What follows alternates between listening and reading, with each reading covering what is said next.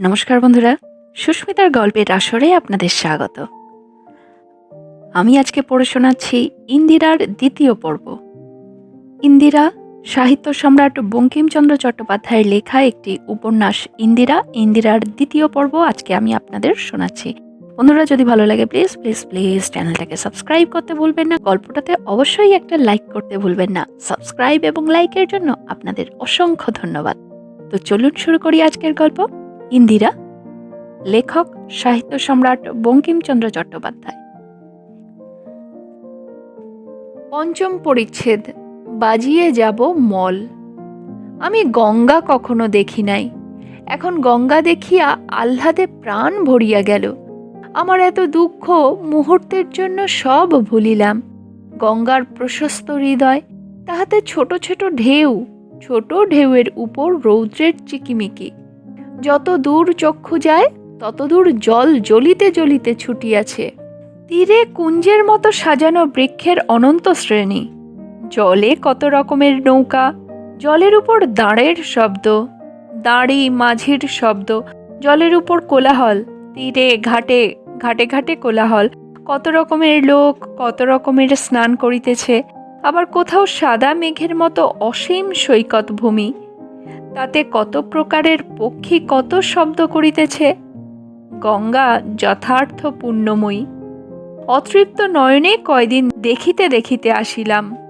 যেদিন কলিকাতায় পৌঁছিব তার পূর্বদিন সন্ধ্যার কিছু পূর্বে জোয়ার আসিল। নৌকা আর গেল না। একখানা ভদ্র গ্রামের একটা বাঁধা ঘাটের নিকট আমাদের নৌকা লাগাইয়া রাখিল। কত সুন্দর জিনিস দেখিলাম। জেলেরা মোচার খোলার মতো ডিঙিতে মাছ ধরিতেছে দেখিলাম। ব্রাহ্মণ পণ্ডিত ঘাটের রানায় বসিয়া শাস্ত্রীয় বিচার করিতেছেন দেখিলাম। কত সুন্দরী বেশভূষা করিয়া জল লইতে আসিল। কেহ জল ফেলে, কেহ কলসি পুড়ে, কেহ আবার ঢালে, আবার পুড়ে, আবার হাসে, গল্প করে, আবার ফেলে, আবার কলসি ভরে। দেখিয়া আমার প্রাচীন গীতটি মনে পড়িল।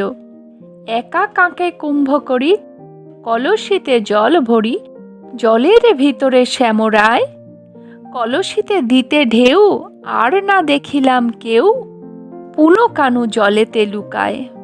সেই দিন সেইখানে দুটি মেয়ে দেখিয়াছিলাম, তাহাদের কখনো ভুলিব না। মেয়ে দুইটির বয়স 7-8 বছর, দেখিতে বেশ, তবে পরম সুন্দরীও নয়, কিন্তু সাজিয়া ছিল ভালো। কানে দুল, হাতে আর গলায় একখানা গহনা, ফুল দিয়া খোপা বেরিয়াছে, রঙ্গ করা শিউলি ফুলে ছোবানো দুখানি কালো পেড়ে কাপড় পরিয়াছে, পায়ে চারিগাছি করিয়া মল আছে, কাঁকালে ছোট ছোট দুইটি কলসি আছে। তাহারা ঘাটের রানায় নামিবার সময় জোয়ারের জলের একটা গান গাইতে গাইতে নামিল। গানটি মনে আছে, মিষ্ট লাগিয়াছিল, তাই এখানে লিখিলাম। একজন এক এক পদ গায়, আর একজন দ্বিতীয় পদ গায়। তাহাদের নাম শুনিলাম অমলা আর নির্মলা। বালিকা সিঞ্চিত রসে এ জীবন কিছু শীতল হইল। আমি মনোযোগপূর্বক এই গান শুনিতেছি দেখিয়া বসুজ মহাশয়ের সহধর্মিনী আমাকে জিজ্ঞাসা করিলেন, ও ছাই গান আবার হাঁ করিয়া শুনছ কেন? আমি বলিলাম, ক্ষতি কি? বসুজ পত্নী, ছুঁড়িদের মরণ আর কি, মল বাজানো আবার গান। আমি, 16 বছরের মেয়ের মুখে ভালো শুনাইতো না বটে, 7 বছরের মেয়ের মুখে বেশ শুনায়। জোয়ান মিনসের হাতের চড়চাপড় জিনিস ভালো নহে বটে, কিন্তু 3 বছরের ছেলের হাতের চড়চাপড় বড় মিষ্ট। বসুজ পত্নী আর কিছু না বলিয়া ভারী হইয়া বসিয়া রহিলেন। আমি ভাবিতে ভাবিলাম এ প্রভেদ কেন হয়? এক জিনিস 2 রকম লাগে কেন? যে দান দরিদ্রকে দিলে পুণ্য হয়, তাহা বড় মানুষকে দিলে খোসামদ বলিয়া গণ্য হয় কেন? যে সত্য ধর্মের প্রধান অবস্থা বিশেষ, তাহা আত্মশ্লাঘা বা পরনিন্দা পাপ হয় কেন? যে ক্ষমা পরধর্ম দুষ্কৃতকারীর প্রতি প্রযুক্ত হইল, তাহা মহাপাপ কেন? সত্য সত্যই কেহ স্ত্রীকে বনে দিয়া আসিলে লোকে তাহাকে মহাপাপী বলে, কিন্তু রামচন্দ্র সীতাকে বনে দিয়াছিলেন, তাহাকে কেহ মহাপাপী বলে না কেন? ঠিক করিলাম অবস্থা ভেদে এ সকল হয়। কথাটা আমার মনে রহিল। আমি ইহার পর একদিন যে নির্লজ্জ কাজের কথা বলিব, তাহা এই কথা মনে করিয়া করিয়াছিলাম। তাই এই গানটা এখানে লিখিলাম। নৌকাপথে কলিকাতা আসিতে দূর হইতে কলিকাতা দেখিয়া বিস্মিত ও ভীত হইলাম। অট্টালিকার পর অট্টালিকা, বাড়ির গায়ে বাড়ি, বাড়ির পিঠে বাড়ি, তার পিঠে বাড়ি, অট্টালিকার সমুদ্র, তাহার অন্ত নাই, সংখ্যা নাই, সীমা নাই। জাহাজের মাস্তুলের অরণ্য দেখিয়া জ্ঞান বুদ্ধি বিপর্যস্ত হইয়া গেল। নৌকার অসংখ্য অনন্ত শ্রেণী দেখিয়া মনে হইল, এত নৌকা মানুষে গড়িল কি প্রকারে। নিকটে আসিয়া দেখিলাম তীরবর্তী রাজপথে গাড়ি পালকি পিঁপড়ের সারির মতো চলিয়াছে। যাহারা হাঁটিয়া যাইতেছে তাহাদের সংখ্যার তো কথাই নাই। তখন মনে হইল, ইহার ভিতর খুড়াকে খুঁজিয়া বাহির করিব কি প্রকারে। নদী সৈকতের বালুকা রাশির ভিতর হইতে চেনা বালুকণাটি খুঁজিয়া বাহির করিব কি প্রকারে। কালিদাসবাবু কলকাতার কালীঘাটে পুজো দিতে এসেছিলেন। ভবানীপুরে বাসা করলেন। আমাকে জিজ্ঞাসা করলেন, তোমার খুড়ার বাড়ি কোথায়? কলকাতায় না ভবানীপুরে? তা আমি জানতাম না। জিজ্ঞাসা করলেন, কলকাতায় কোন জায়গায় তার বাসা? তা আমি কিছুই জানতাম না। আমি জানতাম যেমন মহেশপুর একখানি গণ্ডগ্রাম, কলকাতা তেমনি একখানি গণ্ডগ্রাম মাত্র।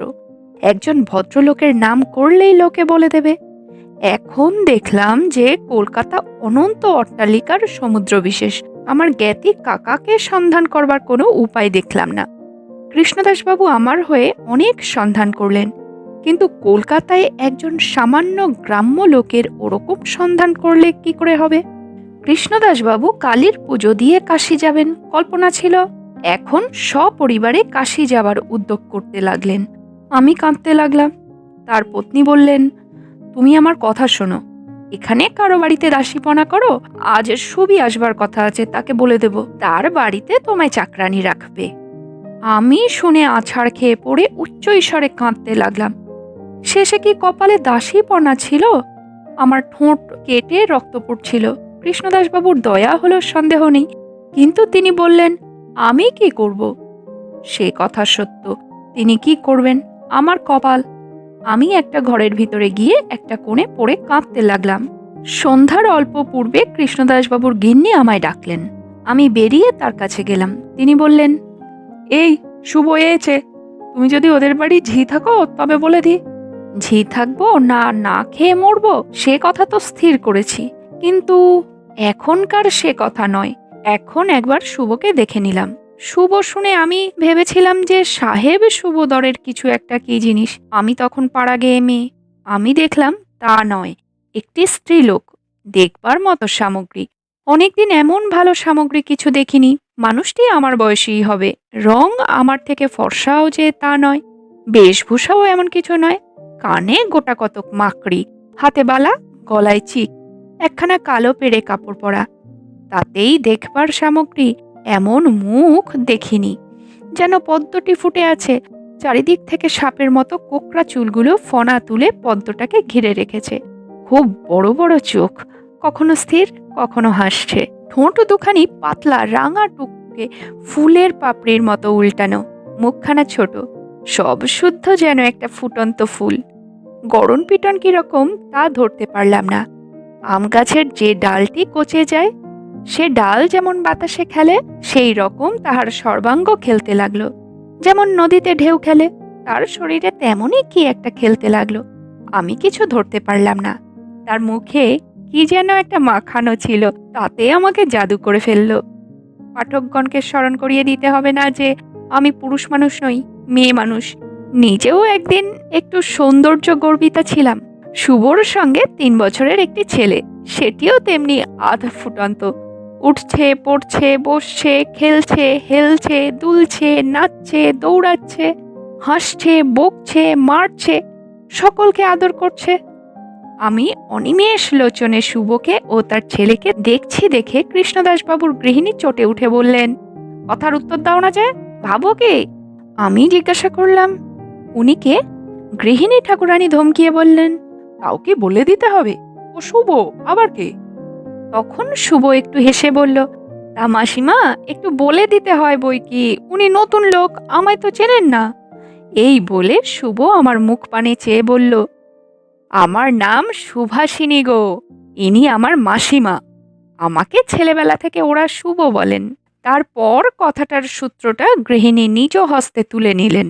বললেন, কলকাতায় রাম রাম দত্তের ছেলের সঙ্গে ওর বিয়ে হয়েছে। তারা বড় মানুষ, ছেলেবেলা থেকে ও শ্বশুর বাড়িতেই থাকে, আমরা কখনো দেখতে পাইনি। আমি কালীঘাটে এসেছি শুনে আমাকে একবার দেখা দিতে এসেছে। ওরা বড় মানুষ, বড় মানুষের বাড়ি, তুমি কাজকর্ম করতে পারবে তো? আমি হরমোহন দত্তের মেয়ে, টাকার গদিতে শুতে চেয়েছিলাম।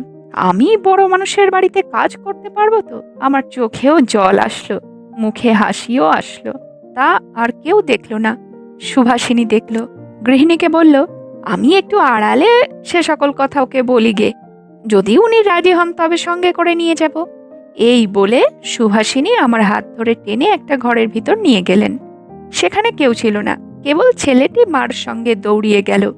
একখানা তক্তপোষ পাতা ছিল, সুভাষিনী তাতে বসলো, আমাকেও হাত ধরে টেনে বসালো।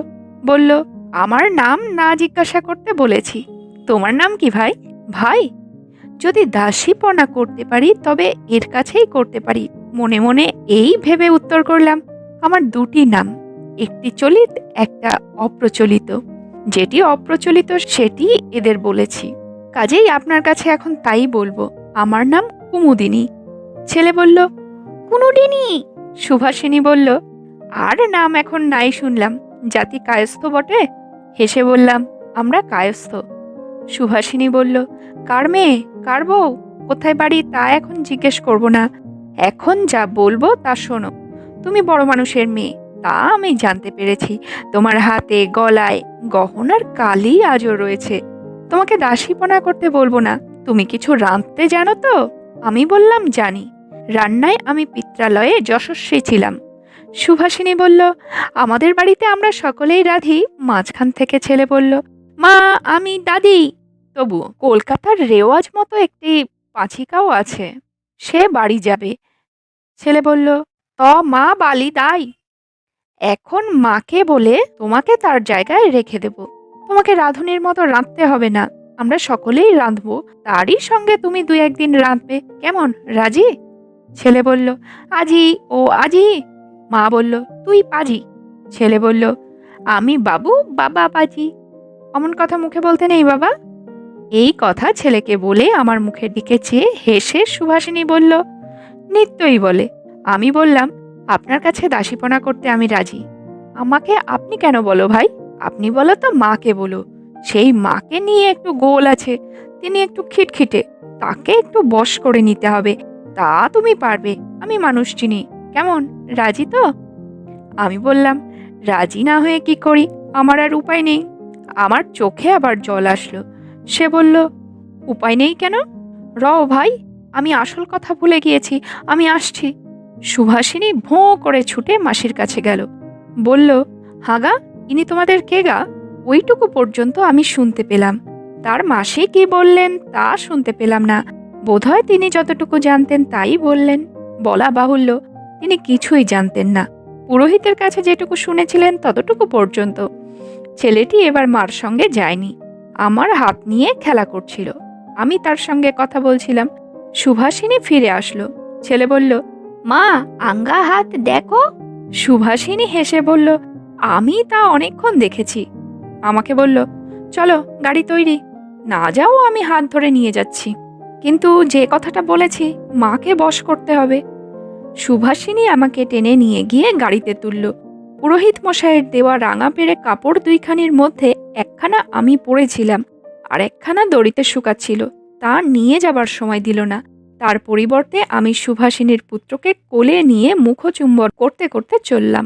সপ্তম পরিচ্ছেদ। কালির বোতল। মা, সুভাষিনীর শাশুড়ি, তাকে বশ করতে হবে, সুতরাং গিয়েই তাকে প্রণাম করে পায়ের ধুলো নিলাম। তারপর এক নজর দেখে নিলাম মানুষটা কি রকম। তিনি তখন ছাদের উপর অন্ধকারে একটা পা টিপেতে তাকিয়া মাথায় দিয়ে শুয়ে পড়ে আছেন, একটা ঝি পা টিপে দিচ্ছে। আমার বোধ হলো একটা লম্বা কালির বোতল গলায় গলায় কালি ভরা পাটির উপরে কাত হয়ে পড়ে গিয়েছে। পাকা চুলগুলি বোতলটির টিনের ঢাকনির মতো শোভা পাচ্ছে, অন্ধকারটা বাড়িয়ে তুলছে। আমাকে দেখে গৃহিণী ঠাকুরানী পুত্রবধূকে জিজ্ঞাসা করলেন, এটি কে? বধূ বলল, তুমি একটা রাঁধুনি খুঁজছিলে না মা, তাই একে নিয়ে এসেছি। কোথায় পেলে? মাসিমা দিয়েছেন। বামন না কায়েত? কায়েত। আহ, তোমার মাসিমার পোড়া কপাল, কায়েতের মেয়ে নিয়ে কি হবে? একদিন বামনকে ভাত দিতে হলে কি দেব? শুভ, রোজ তো আর বামনকে ভাত দিতে হবে না, যে কয়দিন চলে চলুক, তারপর বামনি পেলে রাখা যাবে। তা বামনের মেয়ের ঠেকার বড়, আমরা তাদের রান্নাঘরে গেলে হাঁড়ি কুড়ি ফেলে দেন, আবার পাতের প্রসাদ নিতে আসেন। কেন, আমরা কি মুচি? আমি মনে মনে সুভাষিনীকে ভূয়সী প্রশংসা করলাম। কালি ভরা লম্বা বোতলটাকে সে মুঠোর ভেতরে আনতে জানে দেখলাম। গৃহিণী বললেন, তা সত্যি বটে মা, ছোট লোকের এত অহংকার সওয়া যায় না। তা এখন দিন কত কায়েতের মেয়েই রেখে দি, মাইনে কত বলছে? তা আমার সঙ্গে কোনো কথা হয়নি। হায় রে কলিকালের মেয়ে, লোক রাখতে নিয়ে এসেছে আর তার মাইনের কথাও কও নাই। আমাকে গৃহিণী জিজ্ঞাসা করলেন, কি নেবে তুমি? আমি বললাম, যখন আপনাদের আশ্রয় নিতে এসেছি তখন যা দেবেন তাই নেব। গৃহিণী, তা বামনের মেয়েকে কিছু বেশি দিতে হয় বটে, কিন্তু তুমি কায়েতের মেয়ে, তোমায় 3 টাকা মাসে আর খোরাক পোশাক দেব। আমার একটু আশ্রয় পেলেই যথেষ্ট, সুতরাং তাতে সম্মত হলাম। বলা বাহুল্য, মাইনে নিতে হবে শুনেই প্রাণ কেঁদে উঠল। আমি বললাম, তাই দেবেন। মনে করলাম গোল মিটল, কিন্তু তা নয়, লম্বা বোতলটায় অনেক কালি। তিনি বললেন, তোমার বয়স কি গা? অন্ধকারে বয়স ঠাহর পাচ্ছিল না, কিন্তু গলাটা ছেলে মানুষের মতো বোধ হচ্ছে। আমি বললাম, বয়স এই 19-20। গৃহিণী, তবে বাছা, অন্যত্র কাজের চেষ্টা দেখো গিয়ে, যাও, আমি সমত্ব লোক রাখি না। সুভাষিনী মাঝখান থেকে বলল, কেন মা, সমত্ব লোকে কি কাজকর্ম পারে না? গৃহিণী, দূর বেটি পাগলের মেয়ে, সমত্ব লোক কি লোক ভালো হয়? সুভাষিনী, সে কি মা, দেশশুদ্ধ সব সমত্ব লোক মন্দ কি? গৃহিণী, তা নয় হলো, তবে ছোট লোক যারা খেটে খায় তারা কি ভালো? এবার কান্না রাখতে পারলাম না, কেঁদে উঠাম। কালির বোতলটা পুত্রবধূকে জিজ্ঞাসা করলেন, ছুরি চলল নাকি? সুভাষিনী বলল, বোধ হয়। তা যাগ্যে, কিন্তু গৃহস্থ বাড়ি থেকে না খেয়ে যাবে, ওকে কিছু খাইয়ে বিদায় করছি। এই বলে সুভাষিনী আমার পিছু পিছু উঠে আসলো, আমাকে ধরে নিজের শয়নগৃহে নিয়ে গেল। আমি বললাম, আর আমায় ধরে রাখছো কেন? পেটের দায় কি প্রাণের দায়? আমি এমন সব কথা শুনবার জন্য থাকতে পারবো না। সুভাষিনী বলল, থেকে কাজ নেই, কিন্তু আমার অনুরোধ, আজকের রাত্রিটা থাকো। কোথায় যাব? কাজেই চোখ মুছে সে রাত্রিটা থাকতে সম্মত হলাম। এ কথা ও কথার পর সুভাষিনী জিজ্ঞাসা করলো, এখানে যদি না থাকো তবে কোথায় যাবে? আমি বললাম, গঙ্গায়। এবার সুভাষিনী একটু চোখ মুছল, বলল, গঙ্গায় যেতে হবে না, আমি কি করি তা একটুখানি বসে দেখো, গোলযোগ উপস্থিত করো না, আমার কথা শুনো। এই বলে সুভাষিনী হারানি বলে ঝিকে ডাকলো। হারানি সুভাষিনীর খাস ঝি। হারানি আসলো, মোটাসোটা, কালো কুচকুচে, 40 পার, হাসি মুখে ধরে না, সকলটাতেই হাসি, একটু তিরবিরে। সুভাষিনী বলল, একবার তাকে ডেকে পাঠা। হারানি বলল, এখন অসময়ে আসবেন কি? আমি ডেকে পাঠাই বা কি করে?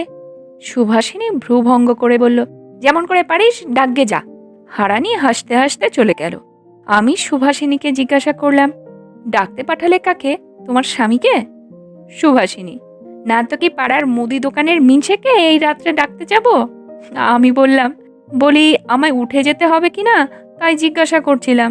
সুভাষিনী বলল, না, এখানে বসে থাকো। সুভাষিনীর স্বামী আসলেন, বেশ সুন্দর পুরুষ। তিনি এসেই বললেন, তলব কেন? তারপর আমাকে দেখে বললেন, ইনি কে? সুভাষিনী বলল, ওর জন্যই তোমাকে ডেকেছি। আমাদের রাঁধুনি বাড়ি যাবে, তাই ওকে তার জায়গায় রাখবার জন্য আমি মাসির কাছ থেকে এনেছি, কিন্তু মা ওকে রাখতে চান না। তার স্বামী বললেন, কেন চান না? সুভাষিনী, সমস্ত বয়স। সুভার স্বামী একটু হাসলেন, বললেন, তা আমায় কি করতে হবে? সুভাষিনী, ওকে রাখিয়ে দিতে হবে। স্বামী, কেন? সুভাষিনী তার কাছে গিয়ে আমি শুনতে না পাই এমন স্বরে বলল, আমার হুকুম। কিন্তু আমি শুনতে পেলাম তার স্বামীও তেমন স্বরে বলল, যে আজ্ঞা। শুভা বলল, কখন পারবে? স্বামী বলল, খাবার সময়। তিনি গেলে আমি বললাম, উনি যেন রাখলেন, কিন্তু এমন কটু কথা সয়ে আমি থাকি কি প্রকারে? সুভাষিনী, সে পরের কথা পরে হবে, গঙ্গা তো আর একদিনে বুঝে যাবে না। রাত্রি 9টার সময় সুভাষিনীর স্বামী, তার নাম রমনবাবু, আহার করতে আসলেন। তার মা কাছে গিয়ে বসল। সুভাষিনী আমাকে টেনে নিয়ে চলল, বলল, কি হয় দেখি গে চল।